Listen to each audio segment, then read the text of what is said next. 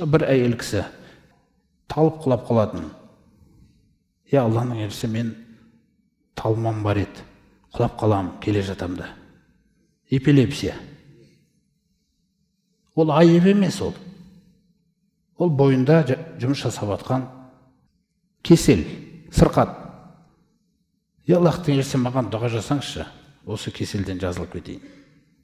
Пайғамбарымыз саллаллаху алейхи оған екі таңдаудың бірін береді. Қаласаң дұға жасай, Алла шипа береді. Қаласаң сабыр ет. Мейірімді, рахымды пайғамбар неге дұға жасап, оның жазылып кетуін қалай санайды?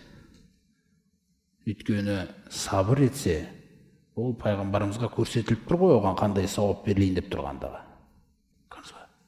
Ана әйел кісі, бүгінгі күні біздің, мысалы айтайық, ерлеріміз ондай сөз айтпайтын шығар, жаңағындай жағдайда біз айта алмауымыз мүмкін, әйел кісі айтады ғой, онда түсінеді бірден. Онда дұғаңызды тек мен құлаған кезде әуретім ашылып қалмау үшін жасаңызшы дейді. Көрдіңіз ба?